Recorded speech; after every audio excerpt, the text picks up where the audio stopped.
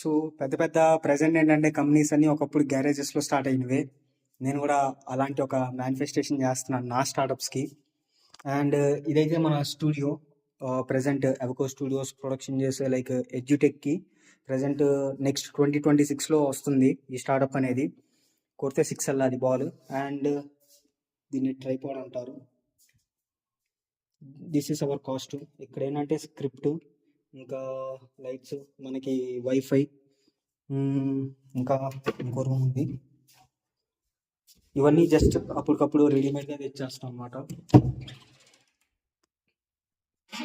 Setup, ఇందులో మనకి lighting setups ఉన్నాయి, ఇంకా మైక్ సెటప్స్ ఉన్నాయి, ఇంకా ఉన్నాయి. ఇదంతా కాకుండా ఏంటంటే ఇది ఎడ్యుటెక్ స్టార్టప్కి మనకి సెటప్ అనమాట, ఒక స్టూడియోస్ నుంచి ప్రొడక్షన్. అండ్ బయట అయితే చూస్తూ ఉన్నారు కదా చెట్టు, పూలపండి.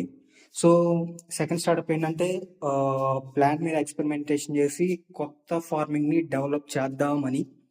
లెట్ వి సీ ఎక్కడికి వెళ్తుందో ఈ ఎక్స్పెరిమెంట్ అనేది. థర్డ్ థింగ్ ఏంటంటే మన థర్డ్ స్టార్టప్, దీనికి కొంచెం హెవీ రిసోర్సెస్ కావాలి.